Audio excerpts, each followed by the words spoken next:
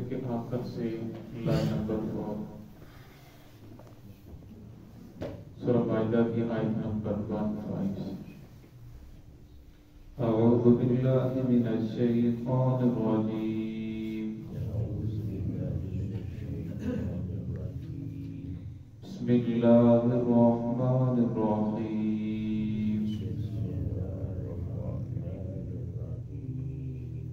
یہدی بہ اللہ من اتبع رضوانہ سبل السلام ویخرجہم من الظلمات إلى النور بإذنه ويهديهم إلى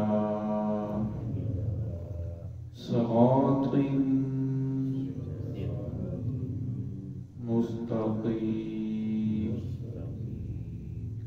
لقد كفر الذين قالوا إن الله هو المسيح ابن مريم قل فمن يملك من الله شيئا إن أراد أن يهلك المسيح ابن مريم وأمه ومن في الأرض جميعا ولله ملك السماوات والأرض وما بينهما يخلق ما يشاء والله على كل شيء قدير. بسم الله الرحمن الرحيم يهدي به الله من اتبع رضوانه سبل السلام ويخرجهم من الظلمات إلى النور بإذنه ويهديهم إلى صراط مستقيم. لقد كفر الذين قالوا إن الله هو المسيح ابن مريم قل فمن يملك من الله شيئا إن أراد أن يهلك المسيح ابن مريم وأمه ومن في الأرض جميعا ولله ملك السماوات والأرض وما بينهما يخلق ما يشاء والله على كل شيء قدير. یہدی بہ اللہ من اتبع رضوانہ، ہدایت دیتے ہیں اللہ رب العزت اس کے ذریعے من اتبع، اس کو جس نے اتباع کی، رضوانہ، اس کی رضا کی، سبل السلامی اور سلامتی کے راستے کی، وَيُخْرِجُهُمْ تو ان کو نکالتا ہے من الظلمات اندھیروں سے، الی النور نور کی طرف، بِإِذْنِهِ اپنے حکم سے،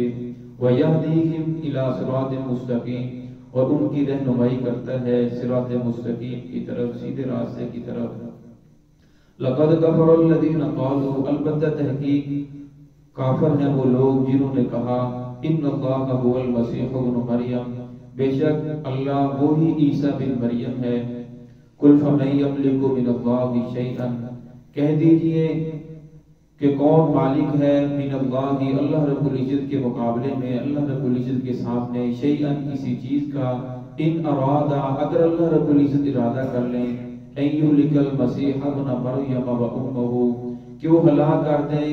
مسیح عیسیٰ بن مریم کو اور اس کی ماں کو، ومن فی الارض جمیعا اور زمین میں جو چیزیں ہیں تمام کے تمام کو ہلاک کر دے، وللہ ملک السماوات والارض وما بینہما آسمان زمین کی بادشاہت اور جو کچھ ان کے درمیان میں ہے اللہ رب العزت کی ملکیت ہے، اللہ بادشاہ ہے۔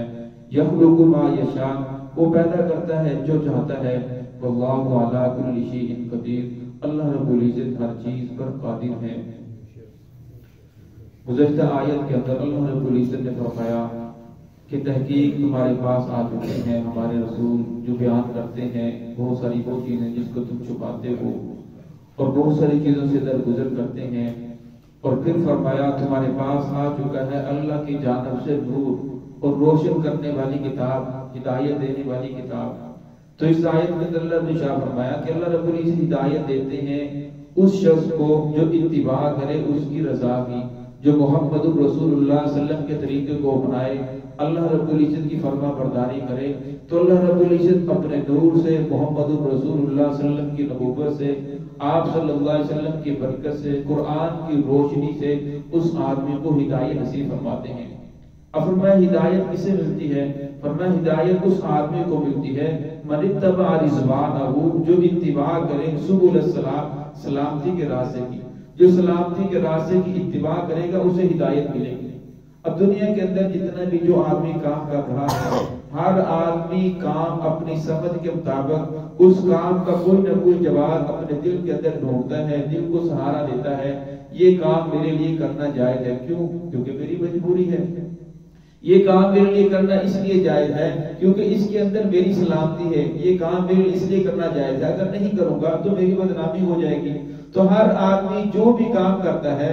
اگر اسے لگتا ہے یہ کام غلط ہے تو دل کے اندر کوئی نہ کوئی جواز کسی نہ کسی دلیل کا سہارا لیتا ہے، پھر اس دلیل کا سہارا دے کر اس کام کو کرتا ہے۔ فرمایا اگر اس طرح یوں سمجھا جائے تو پھر تو ہر آدمی کا کام ہے وہ معیار سلامتی بن جائے گا۔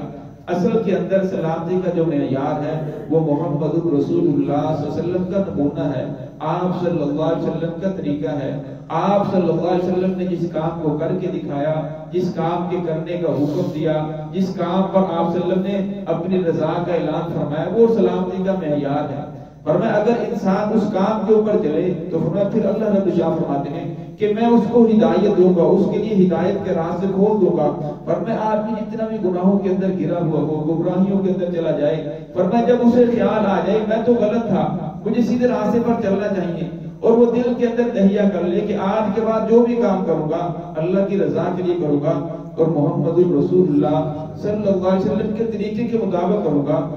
فرمایا پھر اللہ رب العزت اس آدمی کو گمراہیوں کی دلدل سے نکال کر روشنی کی طرف لے آتے ہیں، من الظلمات اندھیروں سے نکال کر الی النور نور کی طرف لے آتے ہیں، بِإِذْنِهِ اپنے حکم سے، وَيَهْدِيهِ إِلَى صِرَاطٍ مُسْتَقِيمٍ۔ پھر اللہ رب العزت اس کی رہنمائی کرتے ہیں سیدھے راستے کی طرف، پھر اس کا ہر آنے والا دن بہتر سے بہتر ہوتا چلا جاتا ہے۔ آگے والی آیت کے اندر پھر عیسائیوں کا تذکرہ ہے۔ فرمایا تحقیق کافر ہیں وہ لوگ جو کہتے ہیں کہ اللہ وہی عیسیٰ بن مریم ہے، یعنی عیسیٰ علیہ السلام کو خدا کہتے ہیں کہ خدا ہی عیسیٰ علیہ السلام ہے۔ تو اللہ رب العزت فرمایا ایسی بات نہیں ہے، اللہ رب العزت کی نہ کوئی اولاد ہے نہ اللہ رب العزت کو کوئی باپ ہے، لم یلد ولم یولد، نہ اس نے کسی کو جنا نہ وہ خود جنا گیا۔ اللہ رب العزت ان تمام چیزوں سے پاک ہے۔ اگر اللہ فرمایا قل فمن یملک من اللہ شیئا، اگر اللہ رب العزت اس چیز کا ارادہ کر لیں کہ عیسیٰ علیہ السلام کو، حضرت مریم علیہ السلام کو اور جتنی بھی زمین کے اندر مخلوقات ہیں تمام کے تمام کو اللہ رب العزت ہلاک کرنے کا ارادہ کر لیں کہ تمام کے تمام کو ختم کر دیا جائے، فرمایا کون ہے اللہ کے مقابلے میں جو آ کر ان چیزوں کو روک سکے؟ فرمایا دنیا کے اندر کسی کے پاس اتنی طاقت نہیں ہے جو اس کو بچا سکے. اللہ نے پھر شاہ فرمایا وَلِلَّهِ مُلْكُ السَّمَاوَاتِ وَالْأَرْضِ وَمَا بَيْنَهُمَا. آسمان زمین جو کچھ اس کے درمیان کے اندر ہے بادشاہت اللہ رب العزت کی ہے, حکمرانی اللہ رب العزت کی ہے. فرمایا جس انسان کو دنیا کے اندر جو بھی ملا ہے فرمایا وہ عارضی طور پہ انسان کی ملکیت ہے. انسان دنیا کے اندر مہمان ہے. فرمایا مہمان کسی کے گھر جاتا ہے ہمیشہ رہنے کے لیے نہیں جاتا بلکہ کچھ وقت گزارنے کے بعد وہاں اس کو گھر چھوڑنا پڑتا ہے. فرمایا اس طرح دنیا کے اندر انسان مہمان ہے تو اس نے ہر صورت یہاں سے جانا ہی ہے, اور جو چیز اس کے پاس ہے یہ اس کی ملکیت نہیں بلکہ عارضی طور پر استعمال کے لیے اللہ رب العزت نے انسان کو دی ہے. تو اللہ شاہ فرمایا وَلِلَّهِ الْمُلْكُ, حقیقی بادشاہ وہ اللہ رب العزت کی ذات ہے. يَخْلُقُ مَا يَشَاءُ. فرمایا اللہ رب العزت پیدا کرتے ہیں جو چاہتے ہیں. اللہ رب العزت آدم علیہ السلام کو بغیر ماں باپ کے پیدا کیا, حضرت ابا علیہ السلام کو بغیر ماں کے پیدا کیا, حضرت عیسیٰ علیہ السلام کو بغیر باپ کے پیدا کیا. اللہ رب العزت کے ہاں پیدا کرنا کوئی مشکل نہیں ہے, بغیر ماں باپ کے پیدا کرتے ہیں. فرمایا اللہ رب العزت کسی کا محتاج نہیں ہے. رسول اللہ صلی اللہ علیہ وسلم کا فرمان ہے, فرمایا جو آدمی نجات چاہتا ہے, جو آدمی دنیا سے اس حال کے اندر گیا کہ وہ اس بات کا یقین تھا کہ زمین آسمان کا خالق, کائنات کا خالق وہ اللہ رب العزت کی ذات ہے. فرمایا وہ آدمی محمد رسول اللہ صلی اللہ علیہ وسلم کی خوشخبری ہے کہ اللہ رب العزت کے سارے گناہوں کو معاف فرما کر اس آدمی کو جنت کے اندر داخل فرمائیں گے. اب یہ کیسے پتہ چلے گا, اس کی علامت کیا ہے کہ مجھے یہ یقین ہے کہ کائنات کا خالق اللہ رب العزت کی ذات ہے. فرمایا اگر میں ہاں اس کام سے باز آ جاؤں جو اللہ رب العزت کی نافرمانی والا ہے, جسے اللہ رب کی ذات نے منع فرمایا ہے, تو پھر میرا یقین ہے کہ کائنات کا خالق اللہ رب العزت کی ذات ہے. اگر میں اللہ کی فرما برداری اس وجہ سے چھوڑتا ہوں اور مخلوق کی اطاعت اس وجہ سے کرتا ہوں کہ مخلوق کی اطاعت کرنے میں مجھے کچھ فائدہ نظر آتا ہے اور مالی کی فرما برداری کرتے ہوئے مجھے بظاہر کچھ فائدہ نظر نہیں آ رہا, فرمایا اس کی بات یہ ہے کہ میرا یقین کامل نہیں ہے. فرمایا یقین کامل اسی وقت ہوگا جب انسان خالق کی اطاعت کرے اور خالق کی اطاعت کے اندر مخلوق کی اطاعت کے اندر خالق کی نافرمانی نہ کرے. فرمایا دنیا کے اندر جتنے بھی انبیاء تشریف لائے تمام کے تمام انبیاء اسی یقین کے اوپر دعوت دیتے, اسی یقین کے اوپر لوگوں کو دعوت دیتے رہے لا الہ الا اللہ, کہ کائنات کا خالق اللہ ہے, کائنات کا مالک اللہ ہے, کائنات کا مشکل کشا حاجت روا اللہ رب العزت کی ذات ہے. رسول صلی اللہ علیہ وسلم کا فرمان بھی ہے جو آدمی دنیا سے گیا کہ اس نے اللہ کے ساتھ کسی کو شرک نہ ٹھہرایا ہوا, فرمایا اللہ رب سارے گناہوں کو معاف کر کے اس آدمی کو جنت کے اندر داخل فرما دیں گے. اور فرمایا پھر دوسرا جملہ محمد الرسول اللہ, فرمایا لا الہ الا اللہ محمد الرسول اللہ, محمد الرسول اللہ اللہ رب العزت کے آخری رسول ہیں اور آپ صلی اللہ علیہ وسلم کے بعد دنیا کے اندر کوئی نبی نہیں آئے گا. اور فرمایا جو انسان اس بات کا اقرار کر لے کہ اللہ کے سوا کوئی معبود نہیں اور محمد رسول اللہ کے بعد کوئی نبی نہیں, اور پھر آقا کے طریقوں کو بنا لے, ہم اللہ رب العزت کے لیے دنیا بھی آسان کر دیتے ہیں, آخر بھی آسان کر دیتے ہیں. دعا ہے کہ اللہ رب العزت ہم سب کو صراط مستقیم پہ چلنے کی توفیق عطا فرمائے.